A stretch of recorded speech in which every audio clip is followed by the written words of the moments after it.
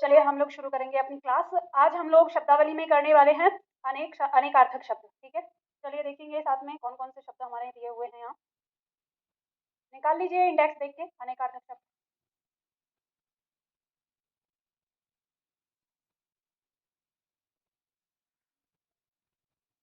शब्द है आगार। आगार शब्द का क्या क्या अर्थ होता है आप लोगों को पता है ना। अनेकार्थक का मतलब होता है एक नाम की कई सारी वस्तुएं। ठीक है, तो आगार नाम हम किस किस के लिए प्रयोग करते हैं, मेरे साथ बोलिए। खान, कोश, स्रोत। समझ रहे हैं, इस तीनों का मतलब वैसे एक जैसा ही होता है लेकिन थोड़ी चीजें अलग अलग। खान जैसे हम कोयले की खान के लिए प्रयोग कर देते हैं। जो ये कोश है, कोश हम रखते हैं जहाँ पे रुपया पैसा होता है उस चीज के लिए। ठीक है, उसकी खान जो होगी वो कोश कहलाता है। और स्रोत हम अक्सर जल से, जहाँ से जल निकल रहा होता है उसके लिए कह देते हैं, या कोई चीज जहाँ से पैदा होके आ रही है उसको बोल देते हैं। आगे शब्द आता है अधर। अधर शब्द का प्रयोग हम किस किस के लिए करते हैं, तो बोलिए। होंठ, अंतरिक्ष, तुच्छ, बिना आधार का, या नीचे।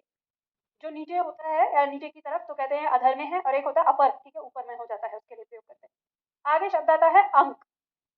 अंक शब्द का प्रयोग करते हैं हम किसके लिए, निशान, पत्रिका का नंबर। अब यहाँ पे मतलब किसी भी पत्रिका का, किसी भी चीज का जब हम नंबर देते हैं उसके लिए अंक कहते हैं।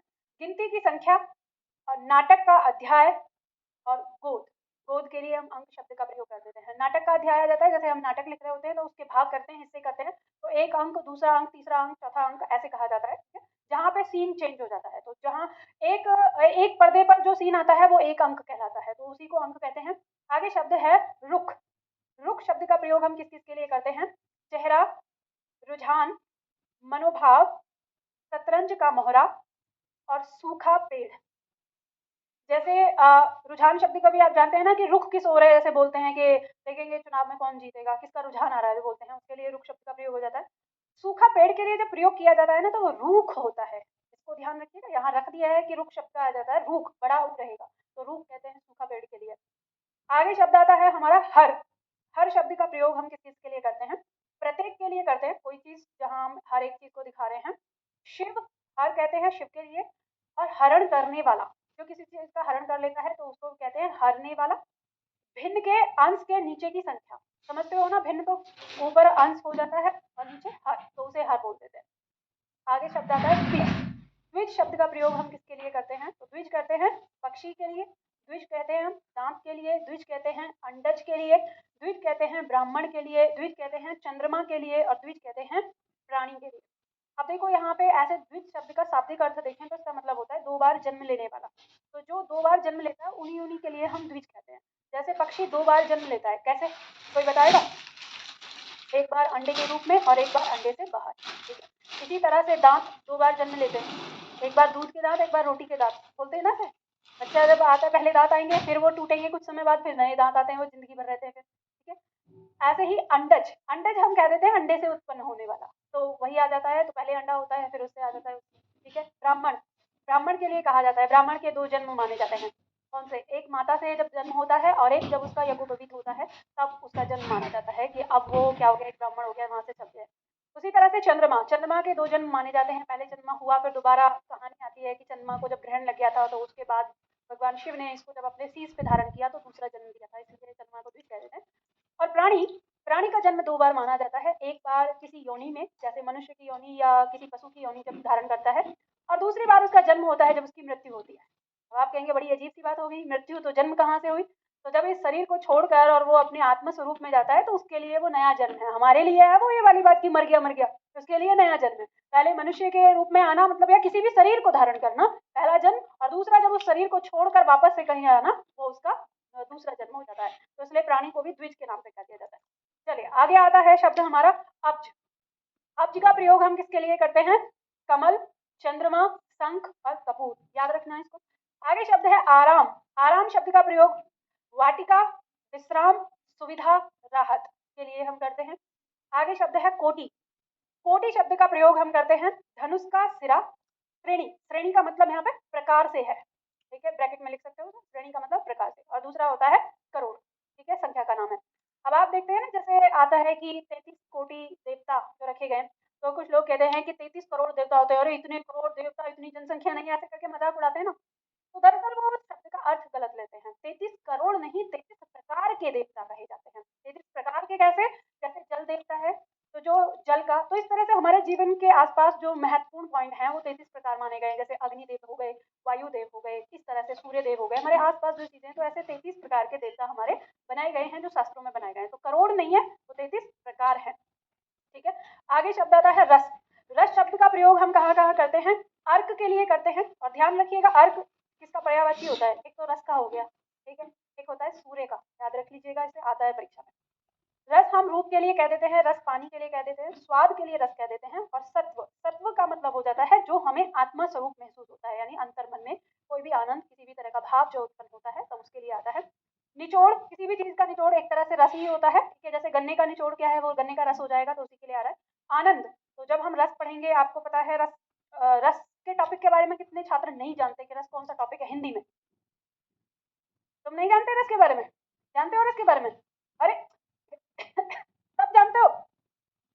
तो मैंने ये कहा है जो नहीं जानता वो हाथ उठाए, हाथ किसी ने उठाया नहीं है। पूछ रहे सब जानते हो, तो कोई नहीं जानता, मतलब मैंने कुछ ऐसा प्रश्न पूछा है जो आपको समझ नहीं आया।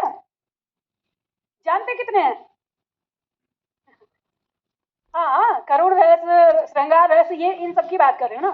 तो उसी रस का मतलब होता है आनंद, ठीक है, जो आनंद शब्द का प्रयोग करते हैं। और धातु की भस्म, किसी भी धातु को जलाकर जब राख कर दिया जाता है तो उसको रस कहते हैं। इतने सारे शब्द आते हैं। आगे देखो, अगला शब्द आता है आपका खग। खग कहते हैं हम पक्षी को, तारा को, बाण को, याद रखना है इनको। दक्ष, आगे शब्द है दक्ष। दक्ष कहते हैं हम कुशल, जो कुशल होता है अपने आप में योग्य। ब्रह्मा के पुत्र का नाम है दक्ष। चतुर व्यक्ति को, चालाक व्यक्ति को दक्ष कह देते हैं, और प्रजापति का नाम दक्ष है। वैसे आपको यहाँ पे बताऊं तो कुशल और चतुर दोनों का मतलब एक ही होता है, तो मतलब जो चालाक और तेज तीव्र होता है उसको दक्ष कह देते हैं। और ब्रह्मा के पुत्र दक्ष को ही प्रजापति कहा जाता है। तो ये दोनों भी एक ही हो गए, तो दोनों में से किसी एक को आएगा। ये अलग अलग आता है, एक बार परीक्षा में पूछ लिया कि ब्रह्मा के पुत्र का नाम है दक्ष, या एक बार पूछ लिया प्रजापति का नाम। तो ये दोनों चीज क्या है? एक ही है, दक्ष, ठीक है।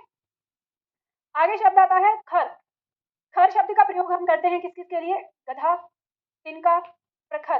प्रखर मतलब जो तेज होता है, तीव्र, ठीक है, उसके लिए। एक राक्षस का नाम है खर। खर दूषण पढ़ा होगा, खर दूषण तो भाई थे, ठीक है, एक खर और एक दूषण, तो उसी में खर। और एक कड़ा, कड़ा जो होता है हाथ में पहनने वाला। और दुष्ट, दुष्ट व्यक्ति के लिए भी खर का प्रयोग करते हैं, ठीक है। आगे आता है शब्द हमारा वर। वर शब्द का प्रयोग हम किस किस के लिए करते हैं? तो दूल्हा, श्रेष्ठ, कोई श्रेष्ठ है उसके लिए, वरण करने योग्य, जिसका वरण किया जा सके। वरदान, वरदान के लिए वर शब्द का प्रयोग कर देते हैं। पति के लिए वर का प्रयोग कहा जाता है। और आशीर्वाद, कि जैसे कहते हैं ना आशीर्वाद देते हैं, इसे वर दे दो, ऐसे बोलते हैं ना, ठीक है, तो ये शब्द आता है। आगे शब्द है उर्मी। उर्मी शब्द का प्रयोग हम पीड़ा के लिए करते हैं। पीड़ा, कष्ट जो होता है उसके लिए उर्मी कह देते हैं। लहर और दुख, वैसे दुख और पीड़ा दोनों एक ही चीज है, तो दुख और पीड़ा के लिए उर्मी शब्द का प्रयोग होता है। आगे शब्द आता है पुष्कर। पुष्कर शब्द का प्रयोग किस किस के लिए होता है? कमल के लिए हम पुष्कर शब्द का प्रयोग कर देते हैं। और कमलों से भरा तालाब के लिए हम पुष्कर का प्रयोग कर देते हैं। ध्यान रखिएगा, परीक्षा में आपका तालाब का पर्यायवाची आता है पुष्कर। तो तालाब का पर्यायवाची पुष्कर वो तालाब होता है जिसमें कमल उगाए जाते हैं, तो उसके लिए कह दिया जाता है। तो कमलों से भरा हुआ तालाब भी पुष्कर कहलाता है। आकाश को हम पुष्कर के नाम से जानते हैं, स्वर्ग को, सूर्य को, और ब्रह्मा को भी हम पुष्कर के नाम से जानते हैं। शब्द है उपल। उपल शब्द का प्रयोग हम ओला, जो वर्षा में पड़ता है ना कभी कभी बर्फ के रूप में, तो उसे कहते हैं ओला। पत्थर, बादल और रत्न, उपल नाम का एक रत्न होता है। आगे शब्द आता है अंबर। अंबर शब्द का प्रयोग हम करते हैं किस किस के लिए? वस्त्र के लिए, आकाश के लिए, बादल के लिए, एक प्रकार का इत्र, कपास के लिए, अभ्रक के लिए, और एक प्रकार की नजर, ठीक है, देखना। जैसे मान लो आपने देखा हो, कहते हैं ना तीगना, घूरना, देखना, ऐसे ही अंबर शब्द भी नजर के लिए प्रयोग होता है। अगर कोई ये कहे कि तीग रहा है, तो क्या समझते हो इससे? मतलब गलत नजरों से देख रहा है, घूर रहा है, खाने पे घूर रहा होता है, क्या घूर घूर रहा है ऐसे कहते हैं, ठीक है, कि कोई खा रहा होता है कि अरे क्या घूर रहा है, तो मतलब ललचाई हुई नजरों से देखना। ऐसे ही अंबर बोलते हैं, तो प्यार भरी नजरों से देखने के लिए अंबर शब्द का प्रयोग होता है। आगे शब्द आता है अक्षर। अक्षर शब्द का प्रयोग कहाँ होता है? किस किस के लिए? वर्ण के लिए हम अक्षर शब्द का प्रयोग कर देते हैं। और इस वर्ण के लिए जो हम अक्षर शब्द का प्रयोग करते हैं, यही क्या पैदा करता है? कंफ्यूजन पैदा करता है आगे, ठीक है, चल के। आगे शब्द आता है ब्रह्मा। ब्रह्मा के लिए हम अक्षर शब्द का प्रयोग कर देते हैं। क्यों किया है? क्योंकि अक्षर का मतलब है जो कभी नष्ट नहीं होगा, ठीक है, तो इसलिए ब्रह्मा कभी नष्ट नहीं होता। आत्मा के लिए प्रयोग कर देते हैं नित्य, जो हमेशा रहने वाला है, जो सत्य है, ये कभी मिटेगा नहीं, तो इसलिए अक्षर कह देते हैं। और आकाश, आकाश कभी खत्म नहीं होगा, जो कुछ है ही नहीं तो उसके खत्म होने का क्या ही मतलब है, ठीक है, तो ये आ जाता है अक्षर शब्द का। तो ये जितने भी शब्द दिए हुए हैं आपके अनेक शब्दों के लिए, अनेकार्थक शब्दों में, ये आपको याद करना है। बाकी मैंने आपको बताया कि आपको परीक्षा के स्तर पे आपको कैसे याद करना है इससे, या नहीं बताया था? बता दिया था ना कि कितने याद करने हैं। देखो पवन को याद है, बाकी किसी को याद नहीं है। मैंने आपको बताया है कि अनेकार्थक शब्दों को लेकर आपको घबराना नहीं है। पहला सेट और दूसरा सेट आपको याद रख लेना है, याद करने की कोशिश करना। पहला और दूसरा याद हो जाता है तो अच्छा है, आपके अलंकारों के लिए ये आपको वहाँ पे फायदा करेगा। और परीक्षा के लिए आपको याद करना है तो इसमें लास्ट में जो आपको प्रश्नोत्तर दिए हैं 60 या 65 प्रश्न आपको दिए हैं, इन प्रश्नों को अच्छे से रट लेना, यही इन्हीं में से आपको परीक्षा में मिल जाएगा हूबहू। और कई बार तो ऐसा होता है कि आपको उसमें दिए हुए जो विकल्प हैं वो भी सेम टू सेम ही मिल जाते हैं। ठीक है, तो इनका इसलिए अनेकार्थक को देखकर अक्सर छात्र घबरा जाते हैं। पर्यायवाची से अंतर ये होता है कि पर्यायवाची एक वस्तु के कई अलग अलग नाम होते हैं, लेकिन जो अनेकार्थक होता है एक नाम की कई अलग अलग वस्तुएं होती हैं। तो ये अंतर होता है। जैसे हमने कहा, अगर हमने कमल शब्द के लिए बोला तो कमल शब्द के कई सारे अलग अलग नाम हैं। जैसे हमने जलज कह दिया तो जिसमें ज लगाता है, जैसे हमने पयोज कह दिया, ठीक है, वारिज कह दिया, तो ये सब क्या है, कमल के ही नाम हैं, तो कमल के अलग अलग नाम। लेकिन जैसे हम यहाँ पर देख रहे हैं अंबर शब्द, तो अंबर शब्द हम कपड़े के लिए भी प्रयोग कर रहे हैं, अंबर शब्द हम कपास के लिए प्रयोग कर रहे हैं, आकाश के लिए कर रहे हैं, इत्र के लिए कर रहे हैं, नजर के लिए कर रहे हैं। तो ये अलग अलग वस्तुएं हो गई जिनके लिए हम एक ही नाम प्रयोग कर रहे हैं, तो ये अंतर होता है। तो अनेकार्थक, अनेक अर्थ रखने वाला शब्द, तो इसलिए कहते हैं। वही पर्यायवाची को कहते हैं समानार्थक, तो समान अर्थ रखने वाला शब्द, तो इतना अंतर है। ठीक है, आगे आता है हमारा, हम लोग पढ़ रहे थे शब्द निर्माण है।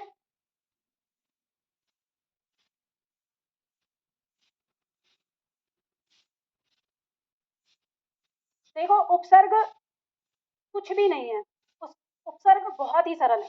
जैसे आप लोगों ने संधि में नियम सीखे, फिर समास में भी 6 पॉइंट तो जाने। उपसर्ग में ऐसा कुछ भी नहीं है, कोई पॉइंट नहीं है। उपसर्ग में आपको बस कुछ शब्द दिमाग में रखने होंगे कि ये एक उपसर्ग के रूप में प्रयोग होता है।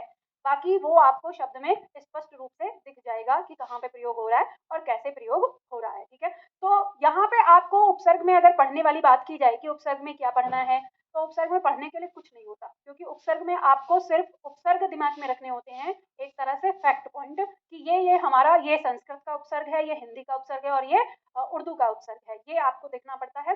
बाकी उपसर्ग लगाने का तरीका वो ऐसे ही लगता है। लेकिन अब बात आती है कि जब ये इतना सरल है तो ये इतना कठिन क्यों आता है छात्रों के लिए।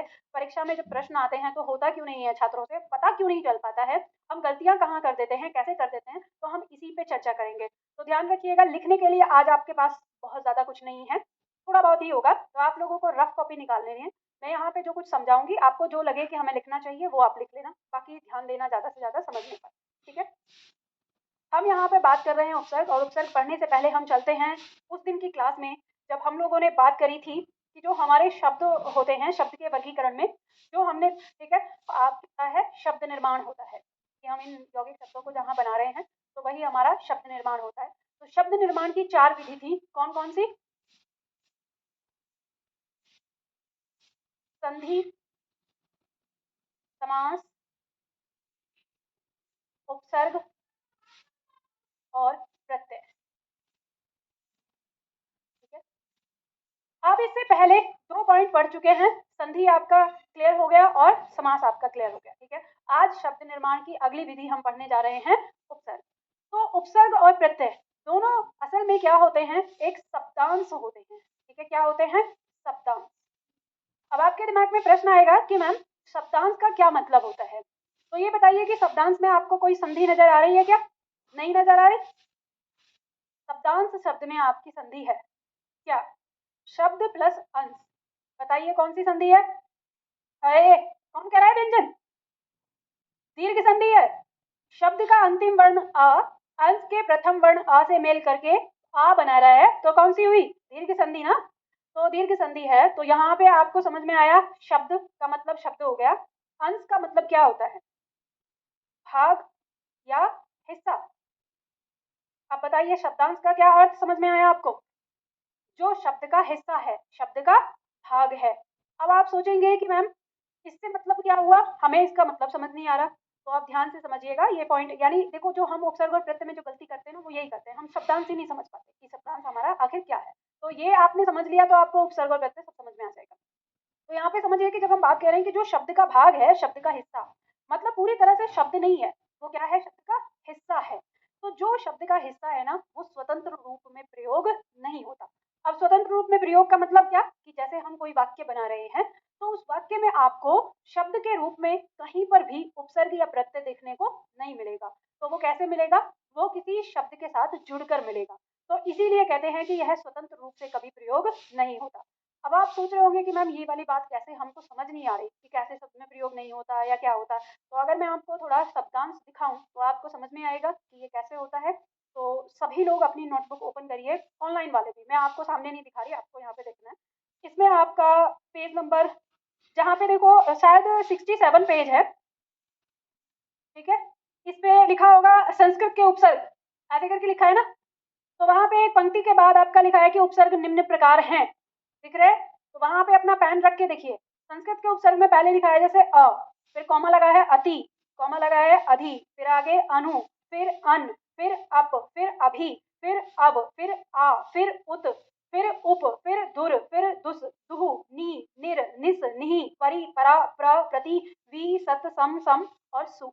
ये दिख रहे हैं आपको, ये शब्द नहीं है, ये क्या है, शब्दांश है। तो अब आपको क्या करना है, इनके साथ में जो ये शब्द लिखे हुए हैं, जहां आपने ये लिखा है, तो इस लाइन के पीछे करके ना यहाँ पे ऐसे लिख लो शब्दांश, ताकि आपको ना ये याद रहेगा कि ये शब्दांश है। तो ये पूरी तरह से शब्द नहीं है और ये कहीं पर भी आपके प्रयोग नहीं होते वाक्य के अंदर। ये जब भी प्रयोग होंगे किसी शब्द के साथ जुड़कर प्रयोग होंगे। ठीक है, बात समझ में आ गई ना पहले। तो इनको हम कह रहे हैं उपसर्ग। और इनको उपसर्ग क्यों कह रहे हैं, क्योंकि ये किसी भी मूल शब्द के पहले जुड़ेंगे। ये मूल शब्द होगा कोई, ठीक है, और इसके आगे जुड़ जाएंगे। ये जरूरी नहीं है कि हमेशा मूल शब्द ही हो, कोई यौगिक शब्द भी हो सकता है। कभी आपके दिमाग में रहे कि मूल शब्द ही है, नहीं मूल शब्द नहीं, कोई भी शब्द हो सकता है, ठीक है। तो आप इसे मूल शब्द न लिख के शब्द ही लिखो। मान लो कोई ये प्रत्यय के साथ बना हुआ शब्द आ जाए, तो फिर आप नहीं जान खा जाओगे कि मैम ये कैसे आ गया, ठीक है। तो कोई एक शब्द होता है, उस शब्द से पहले जुड़ता है, तो उससे जब बनता है शब्द, तो फिर हम इसको क्या कहते हैं, उपसर्ग कहते हैं। आगे जुड़ा हुआ है जो, ठीक है। और जो प्रत्यय होगा ये कहाँ जुड़ेगा, ये भी एक शब्दांश है, लेकिन ये किसी भी शब्द के अंत में जुड़ेगा। तो यहाँ प्रत्यय के लिए भी समझ लेना इस शब्दांश को, है ना। अब दोनों में अंतर ये होता है कि उपसर्ग का एक भावार्थ होता है, ठीक है। भावार्थ का मतलब हो गया सीधा सीधा अर्थ तो नहीं है, लेकिन वो कुछ एक अर्थ अपने अंदर रखता है जो किसी शब्द के साथ मिलकर प्रकट हो जाता है, ठीक है। तो ये भावार्थ आपको कैसे पता चलेगा किन शब्दों में होता है, तो वो आपको लिस्ट दी गई है, वहां से आपको पता चल जाएगा कि किस उपसर्ग का कौन सा भावार्थ है। अब आपका प्रश्न होगा, तो मैम क्या शब्दांश जो प्रत्यय वाला है इसका भी भावार्थ होता है, तो इसका नहीं होता, इसका कोई भावार्थ नहीं होता है, इसका कोई अर्थ नहीं होता। या आपको एक अक्षर की तरह, एक वर्ण की तरह, आपको एक स्वर की तरह, आपको एक व्यंजन की तरह भी देखने को मिल सकता है। पॉइंट समझ में आ रहा है।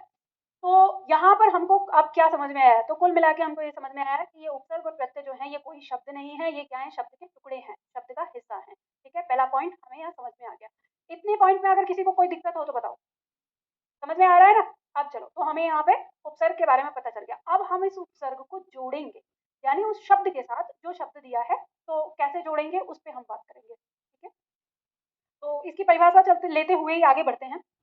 तो देखो यहाँ पे आ रहा है, हमारा पॉइंट कह रहा है कि वह शब्दांश या अव्यय जो किसी शब्द के पहले लगकर उसके, यानी जो वो मूल शब्द है, जो भी शब्द है, उसके अर्थ में क्या कर दे, परिवर्तन कर विशेष अर्थ प्रकट करता है, उसी उसी को हम, उस शब्दांश को हम क्या कहते हैं, उपसर्ग कहते हैं, ठीक है। परिभाषा लिखी हुई है, परीक्षा में अगर कभी सब्जेक्ट के परीक्षा में अगर कभी आ जाए तो आपको परिभाषा ऐसे लिखनी होगी, ठीक है। आगे बढ़ते हैं। अब उपसर्ग से संबंधित कुछ बातें जो आपको यहाँ पे समझनी है। पहला पॉइंट कह रहा है उपसर्ग वे शब्दांश हैं जो वाक्य में स्वतंत्र रूप से प्रयोग नहीं होते। ये एक पॉइंट मैंने अभी आपको बताया है, तो यहाँ लिख दिया। और ना ही इनका अपना कोई विशेष अर्थ होता, ठीक है, विशेष कोई अर्थ नहीं होता, इनका सदैव भावार्थ लिया जाता है, ठीक है। अब जिसको मैं बॉक्स में डाल रही हूँ, आप लोग भी साथ में बॉक्स में डालते हो, इससे एक तो आपको पता चलेगा कि पॉइंट हमारा क्या है जिसको हमको दिमाग में रखना है, ठीक है। तो इनका हम क्या लेते हैं, भावार्थ लेते हैं जो भिन्न भिन्न हो सकता है। ये जरूरी नहीं है कि जो हमने भावार्थ एक शब्द के साथ लगाया वही भावार्थ दूसरे शब्द के साथ भी प्रकट हो, इसलिए उपसर्गों में एक से अधिक भावार्थ पाए जाते हैं। इस पॉइंट को दिमाग में रखना, ठीक है। अब आगे बढ़ते हैं। अगला पॉइंट कह रहा है कि प्राय उपसर्ग विधि से बने नए शब्द का अर्थ उपसर्ग के भावार्थ तथा मूल शब्द के अर्थ के आसपास होता है। अब ये जो पॉइंट कहा है, इस पॉइंट को तो हम बाद में समझेंगे, पर पहले मैं आप लोगों से ज़रा कुछ पूछना चाहूँगी कि आप शब्दों में मतलब उपसर्ग को पहचान पाते हैं या नहीं पहचान पाते। तो अब ध्यान दीजिएगा कि जैसे मैंने आपको दिखाया संस्कृत के उपसर्ग, आपको इसमें मैंने बता दिया कि कौन कौन से संस्कृत के उपसर्ग होते हैं, ठीक है, आपने देख लिया उनका टुकड़ा कि ये होता है। तो किसी भी शब्द में ना आपको ये उपसर्ग दिखाई देगा, ठीक है। तो ये आपको देखो, संधि से उपसर्ग इसलिए अलग होते हैं क्योंकि उपसर्ग ना आपको स्पष्ट रूप से दिख जाते हैं शब्द के अंदर।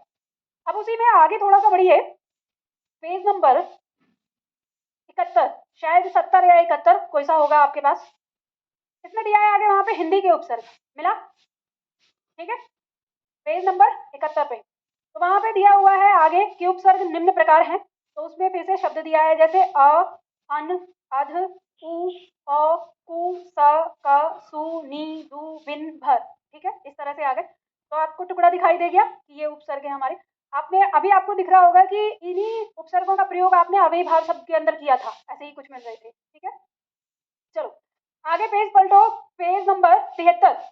पेज नंबर 73 पे फिर आगे दिया हुआ है कि उर्दू के उपसर्ग, ठीक है। तो यहाँ कुछ उर्दू के उपसर्ग दिए हैं जैसे कम, खुश, गैर, दर, ना, ब, बा, बर, बद, बे, ला, सर, हर, हम, ऐसे शब्द दिख रहे हैं आपको, ठीक है। तो ये सब क्या है, शब्दांश है। और जब भी आप किसी शब्द में उपसर्ग खोजते हैं तो आपको यही टुकड़े उसमें दिखाई देते हैं, ठीक है, बात समझ में आ गई। तो अब मैं यहाँ पे आप लोगों को कुछ उदाहरण दूंगी और आप लोगों को बताना है कि उसमें उपसर्ग कौन सा है, ठीक है। जैसे मान लीजिए शब्द है कुपुत्र, ठीक है, शब्द है कुमाता, ठीक है, शब्द है कुलीन। इसी तरह से एक शब्द है जैसे दुबला, जैसे शब्द है दुकान, जैसे शब्द है दुकान, ठीक है। अब यहाँ पे जो शब्द दिख रहे हैं इनमें आपको उपसर्ग जो है वो स्पष्ट दिखाई दे रहे हैं आराम से। तो पहला जो शब्द है बताइए इसमें उपसर्ग क्या है, कु उपसर्ग है और पुत्र इसमें शब्द हो गया, बात समझ में आ गई। दूसरा शब्द है इसमें कु उपसर्ग है और माता इसमें सार्थक शब्द हो गया है, ठीक है। अब उसी तरह से बताइए कुलीन में क्या उपसर्ग है, कु उपसर्ग है और सार्थक शब्द क्या हो गया, ली, पक्का। चलो अब यहाँ पे दिया है दुबला, दुबला में दू उपसर्ग है और बला क्या हो गया इसमें सार्थक शब्द। अब आप कहेंगे मैम बला क्या शब्द होता है, तो ये बला में आ उपसर्ग लगा, प्रत्यय लगा है, इसमें जो मूल शब्द है वो है बल, बल में आ लगाकर तो मतलब वाला या वाली का अंतर दिया जाता है। तो जब हम कहते हैं ना दुबला है तो मतलब जिसमें बल कैसा है, दू मानी कम, तो कम बल वाला, तो इसलिए उसी को तो कहते हैं दुबला, और फिर ई लगा देते हैं तो वाली हो जाता है, ठीक है, बात समझ में आ गया। अगर मान लो हम यहाँ पे ऐसे लिखते हैं दुबली, तो ये किसके लिए प्रयोग हो जाएगा, स्त्री के लिए, तो ये पुरुष के लिए हो गया, स्त्री के लिए। तो इसमें मूल शब्द जो है वो हमारा क्या है, बल है ना, तो इसलिए यहाँ पे शब्द आ रहा है। अब देखो दुकान शब्द में क्या हो गया, दू उपसर्ग हो गया और कान क्या हो गया, शब्द हो गया, और दुकाल में दू उपसर्ग हो गया और काल क्या हो गया, उपसर्ग हो गया, सॉरी शब्द हो गया, ठीक है। अब ये बताइए कि इसमें कोई कठिनाई है, बताओ पवन, सरल है, कितना सरल है, बहुत सरल। चलो अब मैं कुछ और शब्द लिखती हूँ, आपको मुझे फिर से बताना है। तो ये संधि से सरल लग रहा है, कठिन लग रहा है, कठिन लग रहा है, तो इसमें समझ में नहीं आएगा क्या, संधि से सरल है। चलो अगला शब्द है उपभेद, इसमें कौन सा उपसर्ग है, उप, और शब्द क्या है, भेद। उसी तरह से यहाँ आता है, शब्द आता है हमारा उपदेश, इसमें कौन सा उपसर्ग है, उप, और देश शब्द है, ठीक है। तो यहाँ पे आपको ये पता चल गया। तो बताइए सरल लग रहे हैं आपको। अब ये बताओ इसमें उपसर्ग को समझने में आप लोगों को कोई दिक्कत होगी, नहीं होगी। अब मैं आपको एक बात बता दूं, इसमें 3 शब्द ऐसे हैं जो उपसर्ग विधि से नहीं बने। आप लोग आज तक यही पढ़ते आए हो और किताबों ने आपको आज तक यही पढ़ाया है, और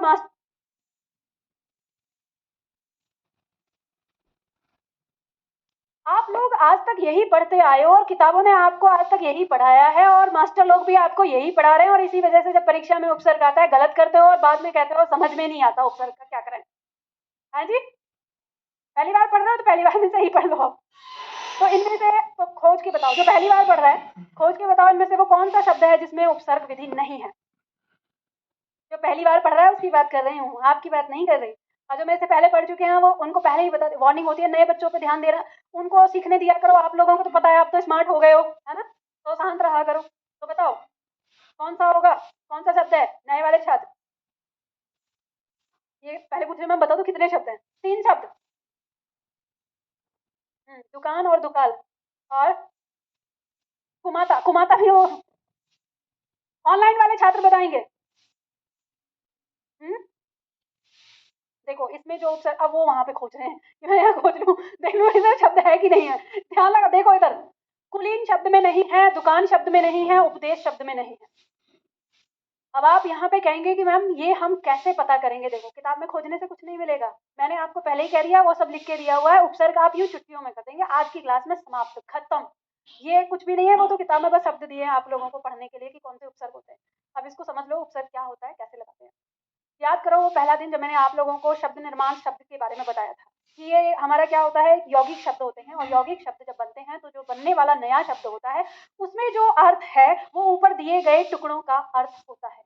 अगर ऊपर दिए टुकड़ों का अर्थ नीचे वाले में निहित ना हो तो वह उपसर्ग विधि से बना हुआ शब्द नहीं होता। अब बात आएगी टुकड़ा कौन सा, तो बात आती है कि उसमें जो मूल शब्द है ना, आपको फोकस करना है एक मूल शब्द पर। भले ही उपसर्ग का अर्थ कभी कभी गायब हो जाता है, यानी गौण हो जाता है, लेकिन जो उसमें मूल शब्द होता है उसका अर्थ बनने वाले शब्द में निहित होता है और होना चाहिए। अगर उसमें वो नहीं होता तो वह शब्द उपसर्ग विधि से नहीं बना। अब देखेंगे कैसे हमें पता चलता है। पहला शब्द है कुपुत्र। तो कुपुत्र शब्द को यहाँ पर ये बताइए कि जो यहाँ शब्द दिया हुआ है इसमें पुत्र शब्द का अर्थ होता है। अगर हम इसका टुकड़ा करें जैसे दिया हुआ है, मैं इसके 2 टुकड़े करती हूँ, तो यहाँ पे आ गया कु और यहाँ पर आ गया पुत्र। तो अब इनसे शब्द बना है हमारा कुपुत्र। अब देखो जो मैं ये लिख रही हूँ ना नीचे, इसको चाहो तो लिख लो अब रफ कॉपी पे। बस यही, ये जो मैंने शब्द लिखे हैं ना, बस यही समझाने हैं, इसके बाद उपसर्ग खत्म आपका, फिर इसमें कुछ नहीं है। उपसर्ग जो है वो सब लिखा हुआ है, आप अपने आप ही कर लेंगे, उसमें कोई दिक्कत नहीं रहेगी। ठीक है, बात समझ में आई आप लोगों को? तो यहीं पे ध्यान देना है। तो अब एक काम करो, आप लोग लिखने में मत रहो, पहले समझने में रहो। ये तो समझ में आ जाएगा, नहीं पता चले तुम्हारे पेन चलने में रह गया। अब मुझे बताओ, बोलने हैं अब आपको मेरे साथ, इसका क्या अर्थ है? पुत्र। और इसका क्या भाव लेंगे हम? तो यहाँ कु का भाव जो है वो बुरा से है, ठीक है, तो बुरा, और यहाँ पुत्र, तो कुपुत्र का क्या अर्थ होता है? बुरा पुत्र। तो यानी इसके अंदर कु का भी अर्थ आ गया और पुत्र का भी अर्थ आ गया। तो यह शब्द हमारा किससे बना है? उपसर्ग विधि से बना है। तो क्योंकि इसमें दोनों का अर्थ आया है तो ये हमारा उपसर्ग विधि से बन गया। अब मैं इसको हटा देती हूँ, ये आपको याद हो गया। इसके बाद आगे शब्द दिया हुआ है हमारा कुमाता। ये 2 टुकड़ों से मिलकर बना है कु प्लस माता। अब इसका जो शब्द बना वो बनता है कुमाता। बताइए कुमाता का मतलब क्या होता है? बुरी माता। तो यहाँ पे अर्थ कु माने बुरा और माता माने माता, तो माता का अर्थ भी और कु का भी अर्थ, दोनों का अर्थ इसमें आ गया। तो यह शब्द हमारा किससे बना है? उपसर्ग विधि से बना है। ठीक है, तो अब हमारा ये शब्द भी किससे बना है? उपसर्ग विधि से बना है। अब आते हैं हम आगे, अगला आता है हमारा तीसरा, कुलीन। अब मान लीजिए कि हमने ये टुकड़ा ऐसे कर दिया, कु प्लस लीन, और यहाँ पे हमारा शब्द क्या बन गया? कुलीन बन गया। कुलीन शब्द का क्या अर्थ होता है? कुलीन शब्द का अर्थ होता है उच्च कुल का या अच्छे परिवार का व्यक्ति। ठीक है, कुलीन कहते हैं अरे यह व्यक्ति तो बड़ा ही कुलीन है, मतलब ऊंचे खानदान का है, ऊंचे परिवार का है। तो इसका अर्थ आ गया ऊंचा कुल। ठीक है, अब यहाँ पे कु का अर्थ क्या हो गया? बुरा, और लीन का अर्थ क्या हो गया? लगा हुआ हो ना। लीन का मतलब क्या होता है? जैसे पढ़ाई में लीन होना, तो लीन का मतलब लगा हुआ होना। तो आप बताइए कि इस शब्द का अर्थ, अगर ये कु प्लस लीन से बना है तो इसका अर्थ होना चाहिए था बुरी तरह से लगा हुआ, लेकिन इसका अर्थ तो ये नहीं है। तो फिर इसका अर्थ क्या है? इसका अर्थ तो है ऊंचे कुल का। तो ये शब्द हमारा उपसर्ग विधि से नहीं बना। सवाल उठेगा कि उपसर्ग विधि से नहीं बना तो क्या ये सार्थक शब्द है या ये यौगिक शब्द है? तो ये आपका एक यौगिक शब्द है, लेकिन ये उपसर्ग से नहीं, ये आपका प्रत्यय से बना हुआ शब्द है, कुल प्लस ई। और मैंने आपको कहा कि प्रत्यय का तो अपना कोई अर्थ नहीं होता, लेकिन मूल शब्द का अर्थ इसमें भी लागू होगा। यही पॉइंट आप समास में सीखते आए हैं कि दोनों टुकड़ों का अर्थ मिलना चाहिए, और यही पॉइंट आप कहाँ पे सीख रहे थे? संधि में, कि दोनों शब्दों का अर्थ मिलना चाहिए। और यही पॉइंट आपने किसमें देखा? उपसर्ग में। और यही पॉइंट आप आगे देखेंगे प्रत्यय में भी, कि जो मूल शब्द है उसका अर्थ हमें मिलना चाहिए। तो इस कुल का मतलब होता है परिवार। हमने पढ़ा था संस्कृति भिन्नार्थक में, हम देख रहे थे कुल और कुल का अर्थ तक, तो हमने पढ़ा था वहां पे कि कुल का मतलब क्या होता है? परिवार। तो यहाँ पे अब देखो परिवार शब्द का, और इसमें हमने कहा क्या कहा, ऊंचे परिवार का, तो इस शब्द में परिवार शब्द का अर्थ निहित है, तो यानी ये हमारा किससे बना हुआ है, प्रत्यय विधि से बना है। तो आपको समझ में आ गया कि कैसे इसमें उपसर्ग नहीं है, क्योंकि उसमें अपना मूल शब्द है ही नहीं। ठीक है, अब इसके बाद तो इसका मतलब कुलीन शब्द में, अब याद रख लेना परीक्षा में पूछा गया प्रश्न, यहाँ जितने भी टॉपिक पॉइंट लिए हैं ना सारे परीक्षा में पूछे हुए हैं। ये ऐसे आता है, चार शब्द देकर, मान लो दिया है दुबला, दुकान, दुकाल, उपभेद, इनमें से कौन सा शब्द है जिसमें उपसर्ग नहीं है, या ऐसे पूछ ले दुबला, दुकान, दुकाल में कौन सा शब्द ऐसा है जिसमें उपसर्ग नहीं है, और चौथा विकल्प दे दे सभी में उपसर्ग है, तो क्या लगा के आ जाओगे, सभी में उपसर्ग लगाया होगे, अभी तो आपने यही लगाया सभी में उपसर्ग है। तो देखो कैसे, अब आपको यहाँ पर देखना है, तो यहाँ पे जो ये दुबला शब्द है, अब इसके टुकड़े करो, आपने टुकड़ा किया दू प्लस बला, और मैंने आपको बताया ही कि ये बला शब्द जो है किससे बना है, बल प्लस आ। अब इससे ही आपको पहचान होती है कि जो हमारा शब्द है उसमें कौन सी विधि लागू हो रही है। तो यहाँ देखो मूल शब्द आ गया। अब ध्यान रखिएगा, आपकी परीक्षा में एक प्रश्न बनता है, कोई भी शब्द देगा, जैसे मान लो दुबला दे दिया, और आपसे कहेगा कि इसमें मूल शब्द पहचानिए, फिर वहाँ पे बच्चे रोना शुरू कर देते हैं, भाई हमको तो पढ़ाया ही नहीं है, ऐसा किसी ने पढ़ाया नहीं है, बताया नहीं, हम कैसे छांटे इसमें से मूल शब्द। तो ये आपको पढ़ाया तो गया है कि आपको संधि समास उपसर्ग प्रत्यय पढ़ाया गया है, तो ये नहीं कह सकते आप कि आपको ये पढ़ाया नहीं है, अब ये आपको खोजना है। तो आप कैसे खोजेंगे, आपको पता है कि जो दुबला शब्द है यह है संधि विधि, ये हमारा उपसर्ग विधि और प्रत्यय विधि दोनों से मिलकर बना है। इसमें क्या है, ये बना कैसे है, दू प्लस बल प्लस आ प्रत्यय लगा है, दू उपसर्ग लगा है, मूल शब्द क्या हो गया इसमें बल, और विकल्प में आपको बल मिलेगा।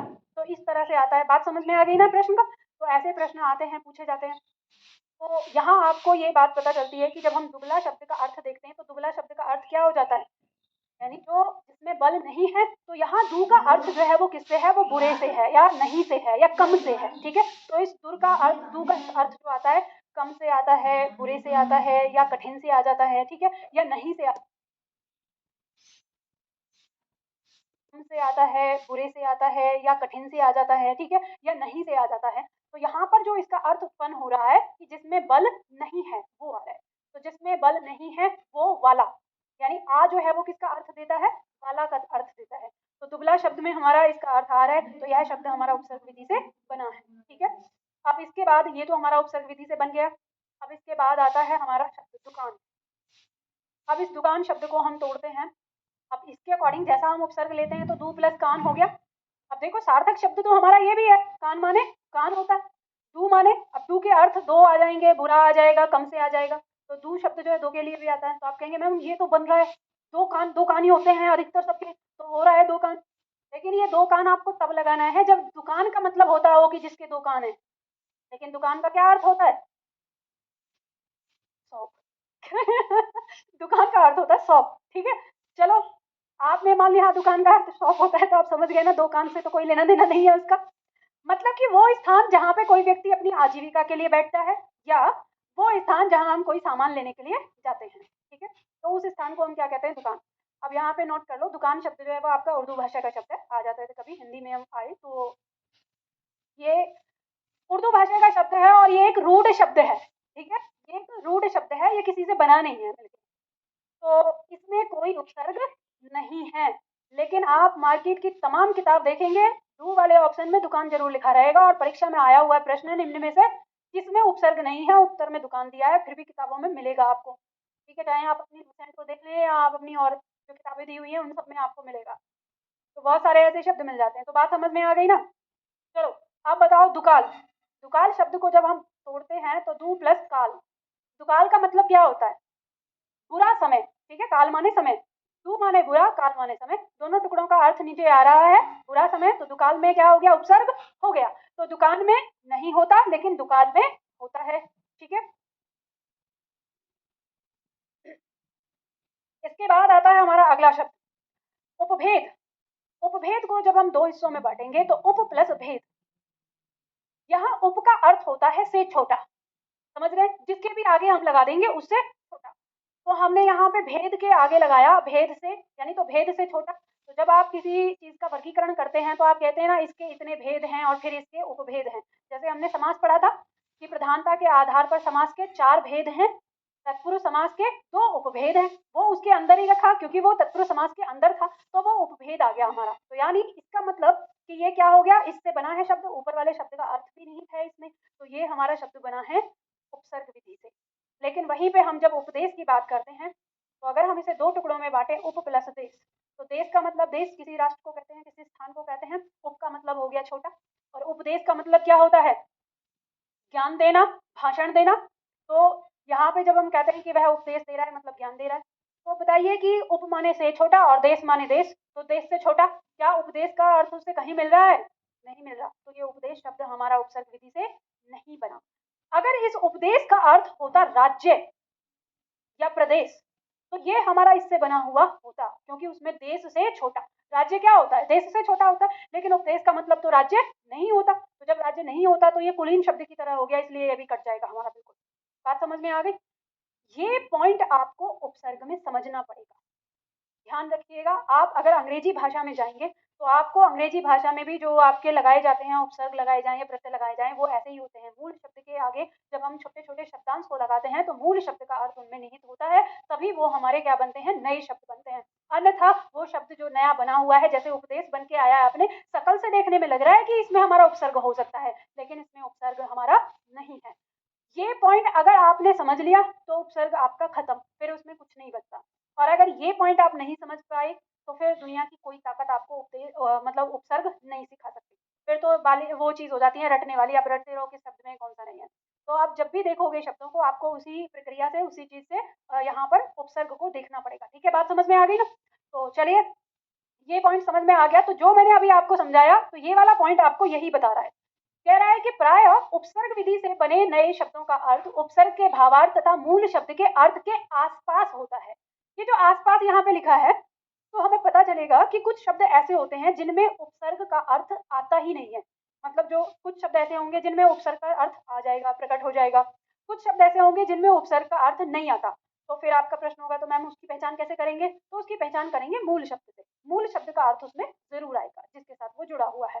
उदाहरण के लिए समझ लेते हैं कैसे। तो जैसे मान लीजिए एक शब्द दिया है हमारा सत्य। इस सत्य शब्द में मैं एक उपसर्ग लगा रही हूँ हाँ।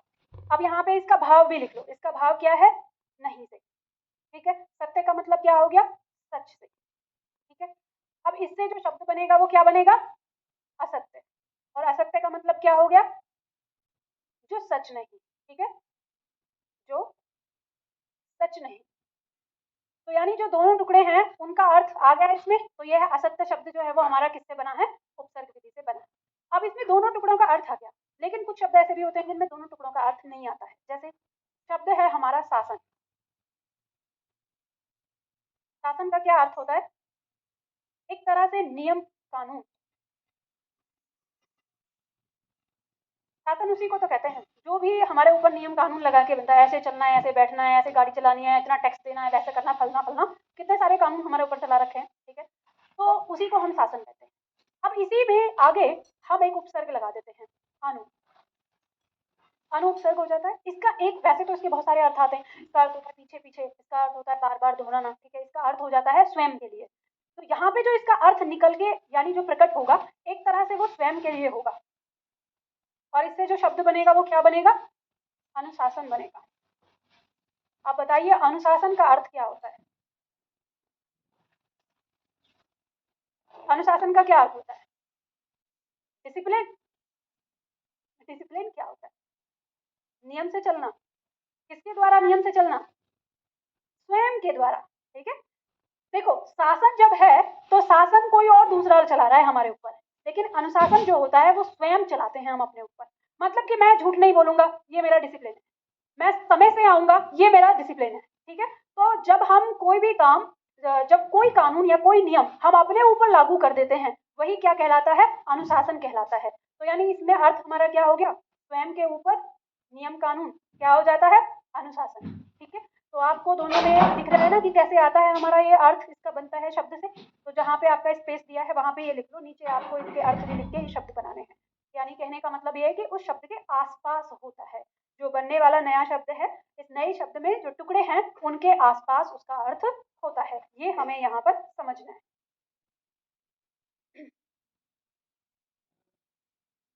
और ये पॉइंट अगर आपने समझ लिया तो आपको ये सारी चीजें समझ में आ जाती हैं। बताओ पवन, कुछ कठिन लग रहा है या बात क्लियर हो रही है? समझ में आ रही है ना? बस इतना ही है, ये समझ में आ जाए तो हो गया, बस फिर तो उपसर्ग में कोई दिक्कत ही नहीं होगी। और यही होता है, ये वाली चीज़ें हम नहीं समझ पाते हैं, हमको सीधा उठा के दे दिया जाता है, फिर किसी शब्द में हम तो ऊपर से ही खोजने लगते हैं कि शकल से जो दिख रहा है वो उपसर्ग है सब कुछ। तो ध्यान रखना, जो जैसा दिखता है वैसा होता नहीं है, ये बात भी सच है। जल्दी से उतार लीजिए फटाफट से, फिर हम खत्म कर देते हैं उपसर्ग को। मुझे एक बात ये समझ में नहीं आती, लोग उपसर्ग में क्या पढ़ाते हैं 4-4 दिन। मैं मैं यही सोच रही हूँ, मैंने कहा उपसर्ग में लोग 4-4 दिन क्या पढ़ाते हैं, मेरे लिए तो उपसर्ग 10 मिनट का है बस। क्योंकि इसमें आप जो कुछ भी बचा है वो सिर्फ आपका अपना अभ्यास है और कुछ है ही नहीं इसमें। क्या नाम है तुम्हारा? हाँ, अनुभव। तो अनुभव ने, जैसे ही मैंने कहा ना आज खत्म कर देते हैं, अनुभव ने कहा हाँ, एकदम आश्चर्य हुआ ना। चलो देखते हैं आज खत्म होता है कि नहीं होता। हाँ, अनुभव में नहीं, अनुभव में उपसर्ग नहीं है ना, अनुभव नहीं हो सकता है, अनु है, भव माने होना होता है, अनुभव में उपसर्ग है। अनु मतलब स्वयं और होना, अनुभव में उपसर्ग है, ठीक है। अनु का अर्थ आ जाता है स्वयं से और भव माने होना, संस्कृत का ही है ये। तो अनुभव मतलब जो स्वयं से होता है वही तो अनुभव है, और क्या है। ऐसे ही पहचान सकते हो, कोई भी नया शब्द आपके सामने आ रहा है, टुकड़ों को आप पहचान सकते हो जो दिया हुआ है, ठीक है। हो गया ये, चलो कहाँ चल रहे हैं, आगे आगे बढ़ते हैं। अब आपकी परीक्षा में यहाँ से प्रश्न आजकल, वैसे अभी तक तो नहीं आते थे लेकिन अब आ सकते हैं, जो अभी यहाँ से इसके आगे जो हम पढ़ने जा रहे हैं, ये हमारी आती थी जो सब्जेक्टिव परीक्षाएं होती हैं उनके लिए महत्वपूर्ण है। यहाँ से उनमें आता है कि उपसर्ग किन्हें कहते हैं और उपसर्ग से कितने प्रकार के शब्द बनाए जा सकते हैं, उदाहरण सहित समझाओ। ऐसे करके आपका प्रश्न आ जाता है, तो उपसर्ग की परिभाषा देते हुए और फिर बताना होता है कि उपसर्ग कितने प्रकार का बनता है, मतलब उपसर्ग से हम कितने प्रकार के शब्द बना सकते हैं। लेकिन आजकल आपकी परीक्षाओं में भी कुछ इस तरह के प्रश्न आने लगे हैं। मान लो आपसे पूछा कि बताइए वाक्य सत्य है या असत्य है, और वाक्य क्या दिया है आपको, हम उपसर्ग लगाकर विलोम शब्द बना सकते हैं, ये सत्य है कि असत्य है? सत्य है। हम उपसर्ग लगाकर पर्यायवाची शब्द बना सकते हैं, यह सत्य है कि असत्य है? सत्य है, हम विलोम भी बना सकते हैं और पर्यायवाची बना सकते हैं।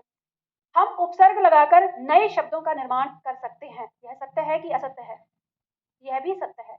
जरूरी नहीं कि वो शब्द बनने वाला उसका पर्यायवाची हो या वो शब्द बनने वाला उसका विलोम ही हो, नया शब्द भी हो सकता है।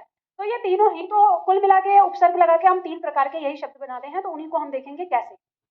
यहाँ पे पहला पॉइंट आता है हमारा दिया है कि उपसर्ग का प्रयोग करके मुख्यतः 3 प्रकार के शब्द बनाए जा सकते हैं। कौन कौन सा? तो उपसर्ग के प्रयोग से हम विलोम शब्द बना सकते हैं। कैसे? यहाँ पे उदाहरण के तौर पर लिख लेना हम किस तरह से बनाएंगे। जैसे मान लीजिए आ उपसर्ग हम लगा दें अगर किसमें, गमन शब्द में। गमन का मतलब क्या होता है, जाना, और आ लगा दिया तो क्या बन गया, क्या बन गया, आगमन, ठीक है। उसी तरह से हमने एक शब्द लगाया, हमने अ उपसर्ग लगाकर हमने यहाँ पे सत्य लिखा, तो सत्य का विलोम क्या बन गया हमारा, असत्य, ठीक है। बना सकते हैं हम, उतार लो इसको जल्दी से, तो हम ऐसे विलोम बना देते हैं। उसी तरह से मान लीजिए हम वी उपसर्ग लगाकर देश में जोड़ दें, तो क्या हो जाएगा, विदेश। अब ध्यान रखना, ऑनलाइन वाले छात्रों से मुझे बहुत लगने लगा है डर। आप कहेंगे कैसे, अभी मैं देख रही थी डाउट, तो एक बच्चे ने लिखा कि मैम मूल शब्द तो, मूल स्वर तो 2 प्रकार के होते हैं, उत्तर में तो 4 प्रकार का दिया है, कैसे। अब प्रश्न को देख के मुझे इतना भयानक गुस्सा आया कि मैंने सीधा फोन लगवा दिया। मैंने कहा फोन लगाओ इस बच्चे को, दिमाग खराब करता है, मैंने कहाँ पढ़ाया। पर वो इत्तेफाक से समझो कि वो ना लड़की निकली, मैंने ज्यादा डांटा नहीं। अगर लड़का होता तो मैं सच में डांटती, क्योंकि अब आप कहेंगे मैं लड़की से क्या कहूँ, घर में आटा दाल चावल इन सबका हिसाब रखने वाली है, अब इनसे क्या ही बोले। हाँ ये कह रहे हद हो गई। आपका काम नहीं है, अजय क्या काम करते हैं, आप भी रोटी बनाते हैं?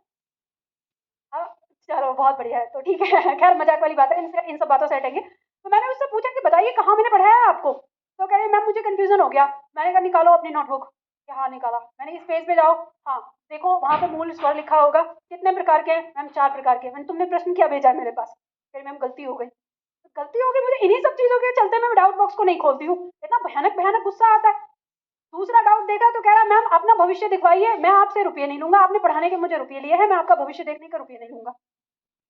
ये डाउट है, दिमाग खराब है भाई, ये डाउट है तुम्हारा, ऐसे अब आप बताओ कि कैसे दिमाग खराब ना हो मेरा। क्लास का टाइम हो गया था, 2 मिनट आपके बचे हुए थे, इसलिए कॉल नहीं किया। अभी इसको जाने के बाद यहाँ से बताऊंगी, देख मेरा भविष्य, मैं बताती हूँ तेरा भविष्य। तू तो अलग ही बात है, मैं बताती हूँ तेरा भविष्य क्या होगा।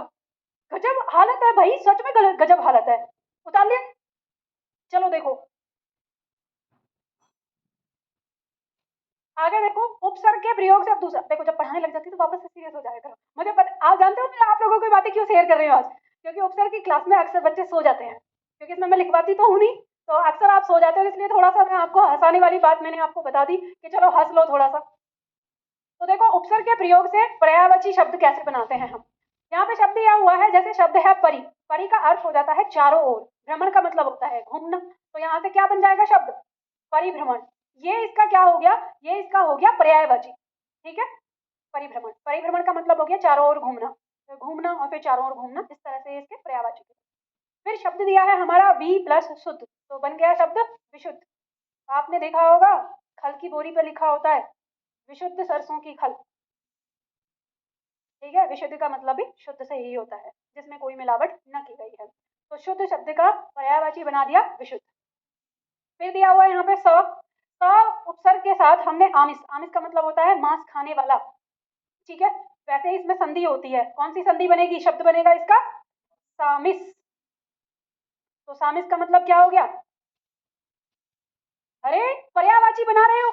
आमिष का मतलब मांस खाने वाला, तो सामिस का मतलब भी मांस खाने वाला ही होगा, पर्यायवाची बना रहे हो आप। ठीक है, स माने साथ, तो साथ मतलब उसी के जैसा मांस खाने वाला ही। ठीक है, तो यहाँ पे जो आपके दिमाग में डाउट आएगा वो ये आएगा कि मैम अभी तो हमने देश में वी लगाकर तो विलोम बना दिया था, और यहाँ पे शुद्ध में हमने वी लगाकर इसका पर्यायवाची बना लिया, तो क्या ये ऐसा हो सकता है। तो ध्यान रखिएगा, ऐसा होता है।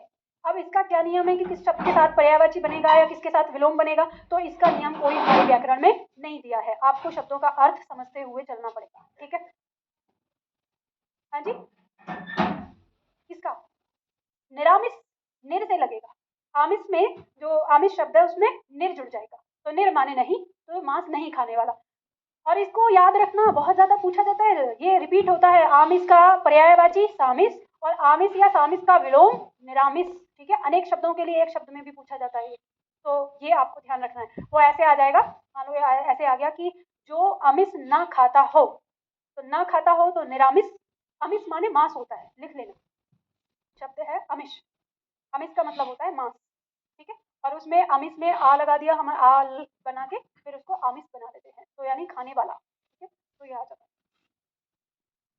इसके बाद तीसरा पॉइंट हमारा आता है उपसर्ग के प्रयोग से नई विशेषता वाले शब्द। तो जब उपसर्ग के प्रयोग से नई विशेषता वाले शब्द कैसे होते हैं, ना तो वो उस शब्द का विलोम होता है और ना ही वो उसका पर्यायवाची होता है। तो जैसे यहाँ पे अनु प्लस शासन से बना है हमारा शब्द अनुशासन। तो अनुशासन जो है ये हमारा ना तो पर्यायवाची है और ना ही विलोम है, नया शब्द है। अधि प्लस कार से हमारा शब्द बना है अधिकार, न पर्यायवाची है न विलोम है, एक नया शब्द बन के आया है। अनु प्लस रूप से हमारा शब्द बनता है अनुरूप। अनुरूप का मतलब हो जाता है के अनुसार। कहते हैं जैसे यहाँ का मौसम हमारे अनुरूप है या हमारे अनुरूप नहीं है, तो के अनुसार हो गया। ठीक है, तो शब्द बन गया, नया अर्थ बन गया। ठीक है, तो ये आ जाता है, ये शब्द जो हमारे बन के आ रहे हैं ये नई विशेषता वाले शब्द कहे जाते हैं। तो पॉइंट आपको समझ में आ गया, 3 प्रकार के। अब परीक्षा में अगर आए कि उपसर्ग से हम कितने प्रकार के शब्द बना सकते हैं, तो 3 प्रकार के, विलोम, पर्यायवाची और नई विशेषता वाले। ठीक है, चलिए, तो यहाँ तक ही आता है आपको उपसर्ग में जो समझने और समझाने वाला पॉइंट होता है। आगे जो पॉइंट रहेगा वो आपको अब अभ्यास करना है। तो अब हम देखेंगे यहाँ पर संस्कृत के उपसर्ग। एक बात मैं आप लोगों को यहाँ बता देती हूँ, जब इसकी संख्या और इन सारी बात करते हैं हम कि उपसर्ग कितने होते हैं, ऐसा भी कुछ लोग बोलते हैं, तो ध्यान रखिएगा इनकी संख्या निश्चित नहीं है, बदलती रहती है इनकी बहुत सारी संख्या, क्योंकि हमारे विलोम जो हमारे उपसर्ग आते हैं वो संस्कृत वाले भी होते हैं। कुछ को हम इनके साथ में रखते हैं, लेकिन कुछ को तो हम यहाँ पे रखते नहीं है, लेकिन परीक्षा में वो हमारे फिर भी आते हैं। तो जो जो हमारी परीक्षा में आ सकते हैं उनको मैंने यहाँ पे समेटा है, जो आते हैं उनको भी इसमें रखा है। तो आपको उसी आधार पर देखना है। तो यहाँ पे दिया है कि प्राय संस्कृत, जो संस्कृत के उपसर्ग होते हैं वो संस्कृत शब्दों के साथ लगे होते हैं। इससे आपको एक और पहचान मिल जाएगी कि जो संस्कृत के उपसर्ग हैं वो संस्कृत के शब्दों के साथ ही लगते हैं, जो हिंदी के उपसर्ग हैं वो हिंदी के शब्दों के साथ ही मिलते हैं, और जो उर्दू के उपसर्ग हैं वो उर्दू के शब्दों के साथ ही मिलते हैं। लेकिन आधुनिक समय में हमारे थोड़े से बदल भी गए हैं, हिंदी के उपसर्ग के साथ उर्दू के शब्द या उर्दू के उपसर्ग के साथ हिंदी के शब्द, तो वो शब्द जो हमारा बन के आएगा फिर हम उसको संकर शब्द के अंतर्गत रखते हैं, ठीक है। और संकर शब्द भी आपकी परीक्षा में पूछा जाता है, तो ये आप समझ जाएंगे। तो जब हम पहले उपसर्ग पढ़ लेंगे कि कौन सा उपसर्ग किस भाषा का है, तो हमको पता चल जाएगा कि ये संकर शब्द उत्पन्न कर रहा है या उसी भाषा का बन रहा है, ठीक है। जैसे देखेंगे इसमें कौन कौन सा उपसर्ग है, तो मेरे साथ बोलिए, अब आप लोगों को उच्चारण करना है। अ, अति, अधि, अनु, अन, अप, अभि, अब, आ, उत, उब, दुर, दुस, धु, नी, निर, निहि, निस, परि, परा, प्र, प्रति, पी, तत्, तम, सम। देखो दोनों सम में क्या अंतर है, एक में आपका अ स्वर लगा है और एक में स्वर नहीं लगा है, ठीक है। तो इसमें आपको ध्यान रखना है, ये जो सम होता है इसका अर्थ होता है समान से, ठीक है, एक तरह से, और इस सम का मतलब होता है सामने से, थोड़ा सा अंतर इनमें रहता है। सु अंत में आ जाता है हमारा। तो ये हमारे संस्कृत के उपसर्ग हैं और हम इन शब्दों को देखेंगे। अब इन सारे उपसर्गों का भावार्थ आपका दिया हुआ है, तो देखो यहाँ पे दिए हुए हैं, आपके बनाने हैं। पहला उपसर्ग आया, अब आपका पेन चलना चाहिए, अपने पेन को बना देना। जो यहाँ पे भावार्थ है उनको क्या करना है, आपको आ के नीचे रेखांकित करो और भावार्थ को देखो। आ का अर्थ यहाँ पे नहीं और निषेध से है, निषेध का मतलब भी मना करने से होता है। जल्दी से यहाँ पे बना लो शब्द। अ प्लस सत्य का शब्द क्या बनेगा, असत्य। तो यहाँ पे आपको मिल रहा है सत्य का अर्थ, ठीक है। अ प्लस कल्पनीय, तो क्या बनेगा, अकल्पनीय। लिखो, जल्दी जल्दी से बनाना है अब आप लोगों को। अ प्लस दृश्य से बना है अदृश्य। अच्छा, दृश्य का अदृश्य क्या हो जाएगा, विलोम हो जाएगा। सत्य का, अब यहाँ पे जो आपको शब्द दिख रहे हैं ना, ये सब विलोम दिख रहे हैं ना। कल्पनीय का अकल्पनीय विलोम हो गया, सत्य का असत्य हो गया, ठीक है। अ प्लस कथित का क्या हो गया, अकथित हो गया, ठीक है। तो विलोम भी हो जाएगा ये इसका। बताओ पवन, कठिन लग रहा है, सरल है ना। जल्दी से बना दो, फटाफट बनाते चलो। आगे देखो, उपसर्ग अति। अति उपसर्ग है, इसका भावार्थ क्या है, अधिक या ऊपर से है, ठीक है, अधिक या ऊपर से। तो देखो शब्द बना है हमारा अति प्लस रिक्त, तो शब्द क्या बन जाएगा, अतिरिक्त, ठीक है। फिर शब्द बना है हमारा अति प्लस वृष्टि। वृष्टि का अर्थ होता है वर्षा, ठीक है। तो यहाँ शब्द क्या बनेगा, अति वृष्टि। अब देखो अति वृष्टि जब शब्द हमारे सामने आ गया, तो अति माने अधिक आ गया और वृष्टि माने वर्षा, तो शब्द हमारा अर्थ क्या बनेगा, अधिक वर्षा। तो जहां पर अधिक वर्षा होती है तो उस चीज को हम क्या कहते हैं, अतिवृष्टि कहते हैं, ठीक है। चलो, ये पॉइंट समझ में आया आपको। आप देखो यहाँ पर, आप यहाँ देख रहे हैं इस शब्द में आपको अ उपसर्ग स्पष्ट दिखाई दे रहा है। ध्यान दो, एक चीज बता रही हूँ, यहाँ पे बातें ना करो, ठीक है। अब पवन को डिस्टर्ब ना किया करो जी, जो उसके पास बैठे, बातों में मना लगाया करो। क्या हुआ बताओ, अतिरिक्त नहीं, एक दूसरे के विलोम नहीं है, पर्यायवाची है, नोट कर सकते हो। रिक्त का मतलब होता है खाली और अतिरिक्त का मतलब होता है खाली से भी खाली। देखो इसको ऐसे समझो, मान लीजिए कि आपके पास जैसे सपोज करिए कि 3 पेन है, ठीक है। आप, आपके पास एक पेन, दूसरा पेन, तीसरा पेन। एक पेन से आप लिख रहे हैं, ठीक है। एक पेन आपने रखा हुआ है किसके लिए, अगर ये पेन बंद हो गया तो आप इससे लिख सकें, ठीक है। और एक पेन और है आपके पास, तो ये पेन आपके पास रिक्त है और ये वाला पेन अतिरिक्त है, यानी उसकी जरूरत नहीं है। आप वो जो अतिरिक्त होता है आप किसी दूसरे को दे सकते हैं, तो वहां पे आता है। तो दोनों का मतलब तो एक ही हो गया ना, कि वो अब इस समय तो खाली ही है, ठीक है। तो ये इतना अंतर है दोनों में, थोड़ा सा। और एक चीज ये समझ लीजिए, अगर आपको शब्दों में ये देखना है कि विलोम बना रहा है कि पर्यायवाची बना रहा है, तो आप छोटे छोटे रूप में ना लिखते जाइए। जो शब्द दिया हुआ है उसमें लिख दो, जैसे ये तो पूरा है, तो चारों को ऐसे करके विलोम ऐसे लिख दो, ये तो विलोम है, ठीक है। वहां पे आपको दिख रहा है, देखो वृष्टि और अतिवृष्टि ये एक दूसरे का विलोम हो गया, तो यहाँ विलोम लिख दो। और वो पर्यायवाची है तो यहाँ पे पर्याय लिख दो, लिख दो, ऐसे ऐसे पता चल जाएगा कि कौन सा शब्द बन रहा है, ठीक है, याद भी रहेगा। अब देखो ध्यान दो, आज यहाँ पे बहुत ही महत्वपूर्ण पॉइंट आप लोगों को बताने जा रही हूँ। यहाँ हम जो देख रहे हैं, सकल से हमको अभी तक जितने शब्द हमारे सामने लिखे हैं, इन सारे शब्दों में हमें सकल से समझ में आ रहा है कि इनमें उपसर्ग कौन सा है और मूल शब्द कौन सा है, ठीक है, समझ में आ रहा है ना। तो इनमें तो हम बहुत अच्छे से पता कर लेंगे। अगर आपसे किसी ने पूछा कि इसमें कौन सी विधि लगी हुई है, तो कौन सी विधि लगी हुई है, उपसर्ग विधि, ठीक। अब इसके बाद आगे शब्द है हमारा अति प्लस अधिक, तो ये इस शब्द से क्या बनेगा, अत्यधिक। दूसरा शब्द है अति प्लस आचार, तो क्या बनेगा, अत्याचार।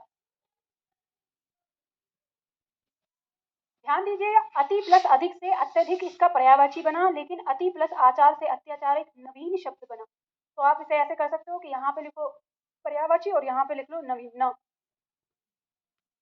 इतना कोड आपको याद रहेगा। अब इसमें एक और कोड बना लो, जो आगे के लिए ध्यान रखेगा। स्मार्ट वर्क करना मैं आपसे ये कह रही हूँ, देखो जो भी सीखना है आपको बिल्कुल स्मार्ट सीखना है, अलग अलग जाके पढ़ने का हमारे पास टाइम नहीं है, एक जगह ही सीखेंगे जो भी सारी चीज़ें आ रही हैं।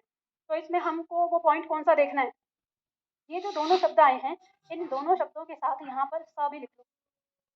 स का मतलब संधि। इनमें कौन क्या दिखाई दे रहा है आपको, संधि विधि दिखाई दे रही है, और जहाँ पे संधि आएगी वही आपकी परीक्षा के लिए महत्वपूर्ण पॉइंट बन जाएगा।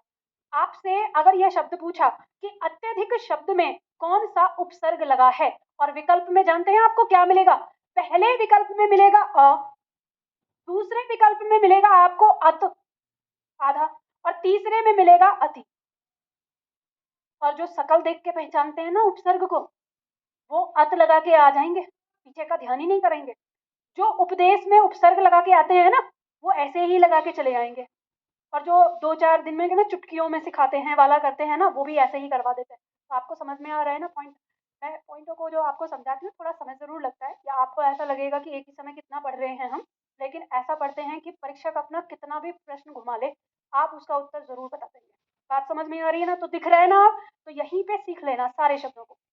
यहाँ से एक प्रकार का प्रश्न और बनता है आपका, शब्द देगा कि अत्याचार शब्द निम्न में से किस विधि से बना है, ठीक है। अब आपके दो विकल्प हो सकते हैं। एक विकल्प हो सकता है ऐसे कि संधि विधि और उपसर्ग विधि दोनों से, तो आपको यहाँ पे दिख रहा है कि उपसर्ग भी है और इसमें और संधि भी है। और एक विकल्प ऐसे हो सकता है कि 4 विकल्पों में आपको दिया हो संधि समास उपसर्ग प्रत्यय। तो ऐसा अगर उत्तर आया तो बताइए आप उत्तर क्या देंगे। 4 विकल्प है, संधि समास उपसर्ग और प्रत्यय, और आपको दिया है कि अत्याचार शब्द में अत्याचार शब्द किस विधि से बना है। अब आपको ये बात पता है कि यह संधि और उपसर्ग से बना है, तो आप 4 में जब आपको 2 में से एक चुनना पड़ेगा तो किसको चुनेंगे, संधि को चुनेंगे। अब आप कहेंगे मैम क्यों, तो इसलिए क्योंकि उपसर्ग का 90% जो पॉइंट हमारा आता है वो हमें स्पष्ट दिख जाता है, ठीक है। तो जैसे हमारे ऊपर दिए है ना असत्य, ये शैली ही हमको अधिकतर शब्दों में मिलती है। तो उपसर्ग की जो शैली है वो स्पष्ट दिखने वाली है, लेकिन अभी इसमें यहाँ पे क्या हो गया, वर्ण में विकार उत्पन्न हो गया। तो वर्ण में विकार जो उत्पन्न होता है सीधा सीधा, तो ये किस पॉइंट का हमारा गुण है, तो संधि का गुण है, संधि में विकार उत्पन्न होता है। तो हमको यहाँ पे प्रथम दृष्टि जो दिख रही है वो संधि दिख रही है, और जब हम इसको तोड़ते हैं तब दूसरी दृष्टि में हमको पता चलता है कि इसमें उपसर्ग है। तो इसलिए पहला अधिकार किसका होगा ऐसे शब्दों पे, संधि का, ठीक है। बात समझ में आ गई ना, किसी को कोई कंफ्यूजन, ठीक है नहीं ना। चलो, तो ये पॉइंट आप लोगों को समझ में आ गया। मैं सोच रही हूँ कि एक क्लास और ले लें उपसर्ग की, हाँ नहीं, एक क्लास और लेंगे। कल की क्लास में मैं आप लोगों से इसके प्रश्नोत्तर भी करवाना चाह रही हूँ, कि अगर मैं इसमें प्रश्नोत्तर आप लोगों से करवा दूं तो आप ना पक्के हो जाओगे।